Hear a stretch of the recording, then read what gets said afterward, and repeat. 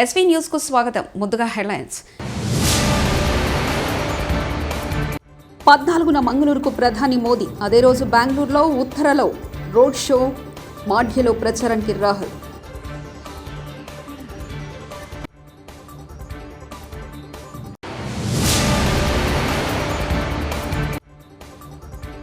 ఎన్నికల్లో బారాసకు ఒక్క సీటు కూడా రాదు, మంత్రి కోమటిరెడ్డి వెంకటరెడ్డి.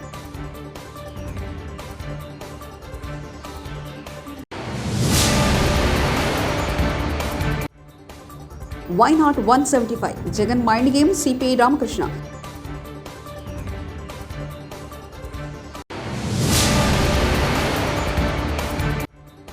ధాన్యం కొనుగోలులో నిర్లక్ష్యం వహించొద్దు, సీఎం రేవంత్ రెడ్డి కీలక ఆదేశాలు.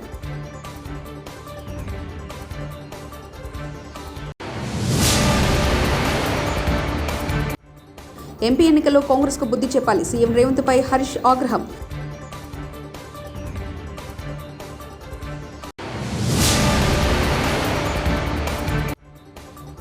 ముస్లింలకు రంజాన్ శుభాకాంక్షలు, చంద్రబాబు.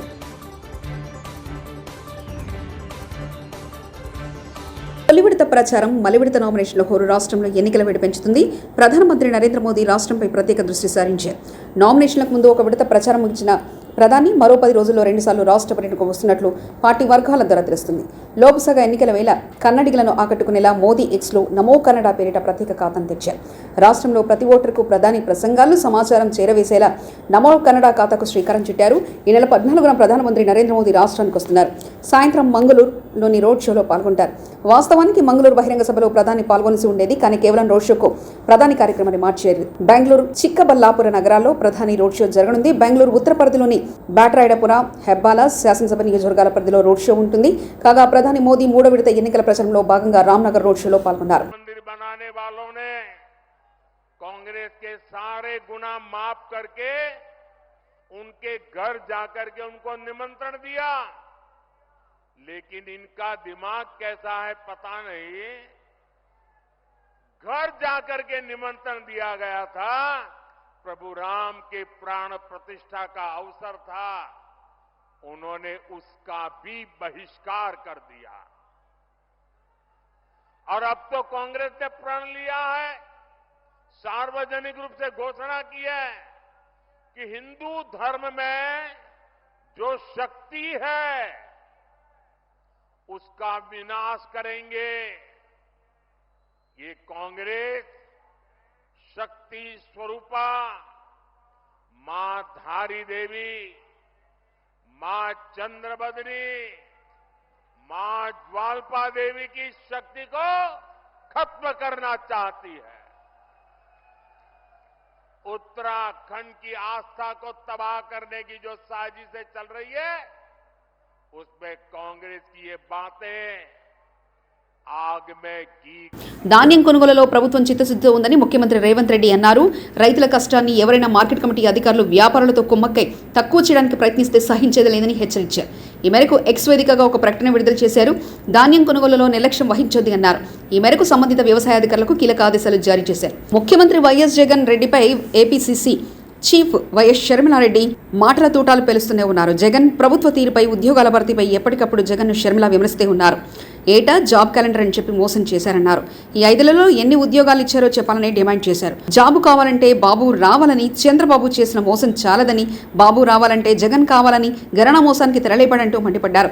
జగన్మోహన్ రెడ్డి గారు 2,32,00,000 ప్రభుత్వ శాఖల ఉద్యోగాలు, 23,000 ఉపాధ్యాయ పోస్టులు భర్తీ చేశామని, గద్దెనెక్కిన మీరు 5 ఎన్ని ఉద్యోగాలు ఇచ్చారో ఆత్మవిమర్శ చేసుకోండి అంటూ విమర్శలు గుప్పించారు. పార్లమెంట్ ఎన్నికల్లో బారాసకు ఒక్క సీటు కూడా రాదని మంత్రి కోమటిరెడ్డి వెంకటరెడ్డి జోస్యం చెప్పారు. రేవంత్ రెడ్డి 10 ఏళ్లు సీఎంగా ఉంటారని ధీమా వ్యక్తం చేశారు. కాంగ్రెస్లో ఏక్నాథ్ షిండేలు ఎవరూ లేరని, ఆయన సృష్టించింది భాజపా అని వ్యాఖ్యానించారు. బారాస నేత మాజీ మంత్రి హరీష్ రావు, భాజపా శాసనసభ పక్ష నేత మహేష్ రెడ్డి నోరు అదుపులో పెట్టుకోవాలని తెలిపారు. ఆయన చిట్ చాట్లో మాట్లాడుతూ చేస్తున్న సందర్భంగా నేను ఒకటే మాట చెప్పదలుచుకున్నా, మీరు విజ్ఞతతోని మాట్లాడండి. మీరు ప్రజాస్వామ్యంలో ఎన్నికలు జరిగిన తర్వాత 5 ఏళ్ల వరకు ఆ ప్రభుత్వం ఉంటుంది. ఇక్కడ ముఖ్యమంత్రి గారు, వారి నాయకత్వంలో మంత్రులందరం సీనియర్ల సలహాలు, జనారెడ్డి గారు లాంటి వారి సలహాలతోని ఎమ్మెల్యేలు ఒక టీమ్గా పనిచేస్తున్న సందర్భంలో నేను ఒకటే చెప్తున్నా, మీరు 5 గ్రూపులు లేదు, ఏక్నాథ్ షిండే అని మీరు సృష్టించింది ఏక్నాథ్ షిండే, మేం కాదు. మహారాష్ట్రలో ఎన్సీపీని, శివసేనని చీల్చి ఎమ్మెల్యేలు కొని ప్రభుత్వాన్ని ఏడ్చుకొని ఏకనాథ్ షిండేని సృష్టించింది మీరు. మా దగ్గర ముఖ్యమంత్రిగా రేవంత్ రెడ్డి గారు 5 ఏళ్ళు ఉంటారు, ఇంకా 5 ఏళ్ళు 10 ఏళ్ళు కూడా మేము కాంగ్రెస్ ప్రభుత్వం ఉంటుంది, మళ్ళీ కూడా రేవంత్ రెడ్డి గారే ఉంటారు. నేను ఒకటే చెప్తాను, ఇంకా ప్రతిసారి నా పేరు కూడా వాడుతున్న మహేశ్వర్ రెడ్డి. మీ పార్టీలో అంతర్గత విషయాలు బండి సంజయ్ కిషన్ రెడ్డి, బండి సంజయ్ ఎందుకు దింపి ఎందుకు కిషన్ రెడ్డి కూర్చోబెట్టాను నీకు తెలుసా? మా పార్టీ అంతర్గత విషయాలు ఎప్పుడు కూడా మాట్లాడద్దు. ఒక జాతీయ పార్టీ, నువ్వు ఎల్పీ లీడరు, లెజిస్లేటివ్ పార్టీ లీడర్గా నిన్న ఆయన చిట్చాట్లో మాట్లాడుతుంది. ఈయన ఎమ్మటి 10 మంది నువ్వు బట్టి విక్రమార్క అంటే మా గౌరవం. మీరు దళితులు ఆ రోజు ప్రతిపక్ష నాయకుడు ఉంటే ఓర్వలేక 13 మంది ఎమ్మెల్యేలను సంతలో పశువులు ఉన్నట్టు ఉన్నారు. ఇవాళ మీ ఓరు కూడా వస్తున్నా కూడా మేము మాకున్న మెజార్టీతో ప్రజలకు మేము ఇచ్చిన హామీలు నెరవేర్చుకుంటూ ముందుకు పోతున్నాం. రేవంత్ రెడ్డి గారు 10 ఏళ్ళు ముఖ్యమంత్రిగా ఆయనే ఉంటాడు, 10 ఏళ్ళు కాంగ్రెస్ ప్రభుత్వం ఉంటుంది, 14 సీట్లు గెలవబోతున్నాం. మీ అందరూ కూడా సహకరించాలని విజ్ఞప్తి చేస్తూ ఈ చిట్ చాట్లు పనికిరాని మాటలు బంద్ చేయరు. ఎప్పుడు కూడా మా పార్టీ ఇంటర్నల్లో మాట్లాడితే మీకు ప్రజలు సరైన బుద్ధులు మన చెప్పినారు. మీకు ఒక్క సీటు తెచ్చుకోవాలి అంతేను, ఒక్క సీట్ అన్నది తెచ్చుకో పార్లమెంట్ ఎన్నికల, దానికి కోమటిరెడ్డి సిద్ధం, దేనికంటే దానికి రెడీ. వై నాట్ 175 అనేది సీఎం జగన్ మైండ్ గేమ్ అని సిపిఐ నేత రామకృష్ణ విమర్శించారు. ఎన్నికల్లో వైకాపా నేతలు గెలిచే అవకాశమే ఉంటే ఎమ్మెల్యేలను ఇతర నియోజకవర్గాలకు మార్చాల్సిన అవసరమే లేదన్నారు. పార్టీ నేతలతో సహా అధికార యంత్రాంగాన్ని జగన్ తన గుప్పిట్లో పెట్టుకుని ఆడిస్తున్నారని మండిపడ్డారు. విశాఖపట్నంలో ఆయన మీడియాతో మాట్లాడారు. అసలు అధికారులు మొత్తం, అసలు మంత్రులు ఎవరికేం లేదు, ఉప ముఖ్యమంత్రులు వాళ్ళకి అధికారాలు లేవు. ఓన్లీ ఒక కాకస్ ముఠా 5 మంది ఒక ముఠాగా ఏర్పడి ఈ 5 మంది ముఠా మొత్తం రాష్ట్రాన్ని పరిపాలన చేశారు. అది దాని నుంచి ఇప్పుడిప్పుడే బయటపడదు, ఇంకా అతను ఇంటికి పోతే తప్ప ఇది బయటపడదు. కాబట్టి ఏమంటే ఎలక్షన్ కమిషన్ వచ్చినా ఏం చేయలేదు. పైగా మోడీ కూడా ఆయనకి పరోక్షంగా సహకరిస్తూనే ఉన్నాడు. మోడీ ఇద్దరిని ఆడిస్తూ అన్నాడు. మన విజయసాయిరెడ్డి, వైవి సుబ్బారెడ్డి, సజ్జల రామకృష్ణారెడ్డి, పెద్దిరెడ్డి రామచంద్రారెడ్డి, పైన జగన్మోహన్ రెడ్డి, ఈ 5 మంది ముఠాగా ఏర్పడి రెడ్ల పరిపాలన నడిపారు. ఇంకా కరెక్ట్గా చెప్పాలంటే even DGP Rajendranath Reddy, chief secretary Jawahar Reddy, వీళ్ళు ఇద్దరు కూడా కడప జిల్లా వాళ్ళే. రామకృష్ణారెడ్డి కడప జిల్లా వాడే. కాబట్టి ఏమంటే మీరు రాష్ట్రాన్ని అంతా కూడా మీ కనుసన్నల్లో పెట్టుకొని నడిపారు తప్ప డెమోక్రటిక్గా మీరు గవర్నమెంట్ నడపలేదు. సిఎస్ఎంఓ గారిని డీజీపీని అయితే మార్చాల్సిందే, ఎందుకంటే పక్కా ఫెయిల్యూర్ ఇతను. ఈ డీజీపీ వచ్చిన తర్వాత పోలీస్ వ్యవస్థకున్న గౌరవం అంతా పోయింది. పోలీస్ వ్యవస్థకు ఏమాత్రం కూడా గౌరవం లేకుండా చేశాడు. పక్షపాతంతో వ్యవహరించాడు. చిన్న చిన్న వాటిలో కూడా రియాక్ట్ కాలేకపోయారు. కాబట్టి ఏమంటే రాష్ట్రంలో పోలీస్ వ్యవస్థ నిర్వీర్యం చేసిన డీజీపీ ఉండగా ఎన్నికలు సజావుగా జరుగుతాయనడానికి కూడా అంత స్కోప్ ఉండదు. కాబట్టి ఎన్నికల కమిషన్ దాంట్లో కూడా యాక్ట్ చేయాలని చెప్పి కూడా కోరుతాం. పరిస్థితి ఎదురు తీర్తా అన్నాడు.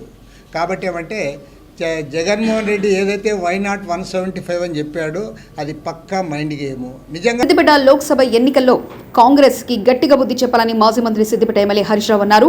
గురువారం నాడు చిన్నకోడూరు మండలం పెద్దకోడూరులో బీఆర్ఎస్ కార్యకర్తల విస్తృత స్థాయి సమావేశం నిర్వహించారు. ఈ సమావేశంలో హరీష్ రావు, మెదక్ బీఆర్ఎస్ ఎంపీ అభ్యర్థి వెంకటరామరెడ్డి, జెడ్పీ చైర్మన్ గా రోజా శర్మ పాల్గొన్నారు. 500 ముచ్చట్ లేదని మొండిసై చూపించింది కాంగ్రెస్ పార్టీ. మరి ఇప్పుడు మనం కల్లాల దగ్గర, ఊర్లలో రైతుల దగ్గర 2500 ఇచ్చి వడ్లు కొంటామని కాంగ్రెస్ పార్టీ మోసం చేసింది. వీళ్ళకు సురుకు పెడితేనే రేపు చక్కగా అవుతారు, రేపు 2500 వస్తాయనే విషయాన్ని మనం ప్రజల్లో చెప్పాలి. ఇది మనం ప్రజలకు అర్థమయ్యేటట్టు చెప్పొద్దా?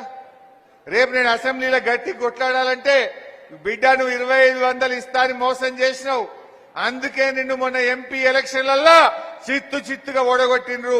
ఇప్పటికన్నా 2500 ఇయ్యని నేను గట్టిగా బల్ల గుద్ది రేపు అసెంబ్లీలో అడగగలుగుతా. అందువల్ల ఈ ఎన్నికల్లో 2500 ఇస్తామని రైతులను మోసం చేసిన కాంగ్రెస్ కు గుణపాఠం చెప్పే విధంగా రైతులకు, ప్రజలకు మనం చెప్పాల్సినటువంటి అవసరం ఉంది. నెక్స్ట్, పెన్షన్ ఎంత వస్తుంది? 2000 వస్తుంది కదా, వచ్చే నెల నీకు 4. తెలుగు రాష్ట్రాల్లో ముస్లిం సోదరులకు టీడీపీ అధినేత చంద్రబాబు రంజాన్ పండుగ శుభాకాంక్షలు తెలిపారు. రంజాన్ నెలలో ఉపవాస దీక్షలు ఆచరించిన ముస్లింలపై అల్లా కరుణ ఎల్లప్పుడూ ఉండాలని ఆకాంక్షించారు. ప్రతి ముస్లిం కుటుంబానికి ఆనంద ఐశ్వర్యాలు భగవంతుడు ప్రసాదించాలని వేడుకున్నారు. ముస్లింల సంక్షేమానికి, అభివృద్ధికి టీడీపీ అండగా ఉంటుందని తెలిపారు. పరులకు ఉపకారం చేయడం కోసం చాలా స్పష్టంగా రంజాన్లో ఉంది. అందుకే ప్రతిరోజు ఈ నెలంతా కూడా ఎవరైతే ఎక్కువ దానాలు చేస్తారో వాళ్ళకి ఎక్కువ మోక్షం వస్తుందని కూడా రంజాన్ చాలా స్పష్టంగా చెప్తుంది. కఠోరమైనటువంటి క్రమశిక్షణతో సూర్యుడు ఉదయించమునిపై మీరు భోంచేసి మళ్ళా అస్తమించే వరకు మంచి నీళ్లు కూడా తాగకుండా మీరు దీక్ష చేస్తారు. అది ఒక బ్రహ్మాండమైనటువంటి అనుభవం కూడా, అనుభూతి కూడా. అలాంటి మీరు ఈ మాసంలో అల్లాను ప్రార్థించారు. న్యాయం జరగాలని, ధర్మాన్ని పరిరక్షించాలని, సకల జనులకు లాభం జరగాలని మీరు నెలంతా కూడా ప్రార్థనలు చేశారు. మీ ప్రార్థనలు మీ కుటుంబానికి, రాష్ట్రానికి, దేశానికి, ప్రపంచానికి లాభం జరగాలని మనస్ఫూర్తిగా ఆకాంక్షిస్తున్నా. మీ ప్రార్థనలు జయప్రదం కావాలని మరొకసారి మనస్ఫూర్తిగా దేవుణ్ణి కోరుకుంటున్నాను. ఈరోజు మీరు చూస్తే ఏది చేసినా కూడా మనము, మన కుటుంబం, సమాజం ఆనందంగా ఉండాలి. ఈరోజు మైనారిటీ సోదరులు ఉన్నారు. ఒక్కసారి మీరందరూ కూడా ఆలోచించుకోవాల్సిన అవసరం ఉంది. ఏ ప్రభుత్వం మీకు న్యాయం చేసింది? ఏ పార్టీ మీకు న్యాయం చేసింది? ఏ పార్టీ హయాంలో మీకు పనులు జరగలేదో రెండు విషయాలు. ప్రతి ఏటా హిందూ ముస్లిం సోదరభావంతో జరుపుకునే రంజాన్ పండుగను ప్రతీక రంజాన్ పర్వదినం ఆనవాయితీగా జరుపుకోవాలని మాజీ మంత్రి ఎమ్మెల్యే హరీష్ రావు అన్నారు. జిల్లా కేంద్రంలోని గద్దబొమ్మ వద్ద రంజాన్ వేడుకల్లో హరీష్ రావుతో పాటు మాజీ ఎమ్మెల్సీ ఫరూక్ హుస్సేన్లు పాల్గొని మాట్లాడారు. జిల్లా మరియు రాష్ట్ర ముస్లిం సోదరులకు రంజాన్ పండుగ శుభాకాంక్షలు తెలియజేశారు.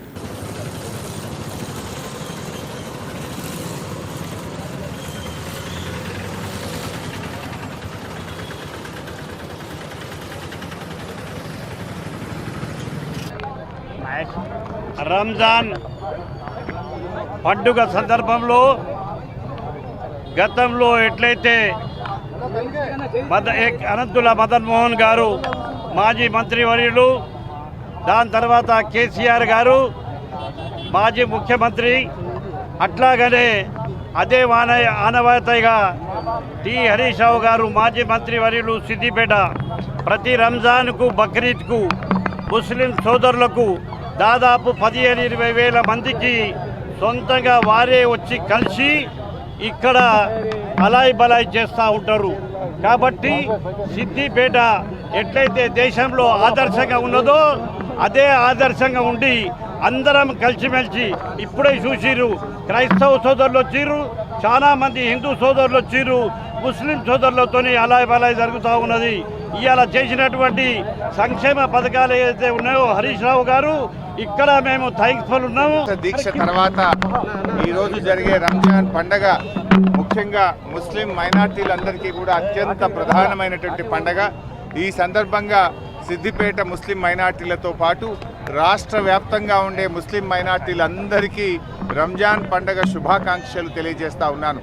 మరి రంజాన్ మీ అందరి జీవితాల్లో మీ ఆశయాలను నెరవేర్చే విధంగా ఆ అల్లా మీ అందరికీ దీవెనలు ఇవ్వాలని చెప్పి ప్రార్థిస్తూ, మరి రంజాన్ పండగ మన సిద్దిపేటలో గత 20 సంవత్సరాలుగా ప్రతి సంవత్సరం కూడా రంజాన్ పర్వదినాన ఇక్కడికి వచ్చి మా ముస్లిం సోదరులందరితో కూడా అలాయ్ బలాయ్ చేసుకోవడం, వారందరికీ శుభాకాంక్షలు తెలుపుతూ ఒక హిందూ ముస్లిం మధ్య ఒక మంచి ఐక్యతను ఒక ప్రతీకగా ఈ సిద్దిపేటలో గత ఆనవాయితీని కొనసాగిస్తూ ముందుకు పోవడం జరుగుతూ ఉంది. మరోసారి మా ముస్లిం మైనార్టీ సోదరులందరికీ రంజాన్ పండగ శుభాకాంక్షలు. 14న మంగళూరుకు ప్రధాని మోదీ, అదే రోజు బెంగళూరులో ఉత్తరలో రోడ్ షో, మాఢ్యలో ప్రచారానికి Rahul.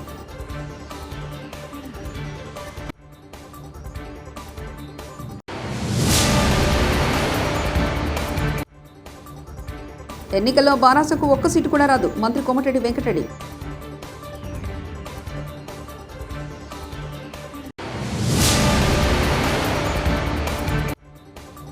Why not 175? Jagan mind game, CPI Ramakrishna.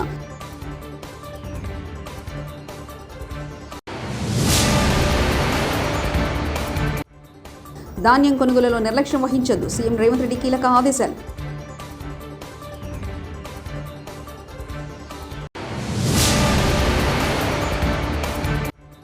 MP ఎన్నికల్లో కాంగ్రెస్కు బుద్ధి చెప్పాలి, సీఎం రేవంత్పై హరీష్ ఆగ్రహం.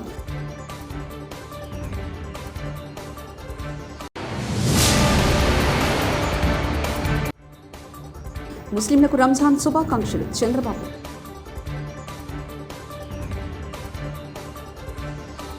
ఇవి బులెటిన్ విశేషాలు. చూస్తూనే ఉండండి ఎస్వీ న్యూస్.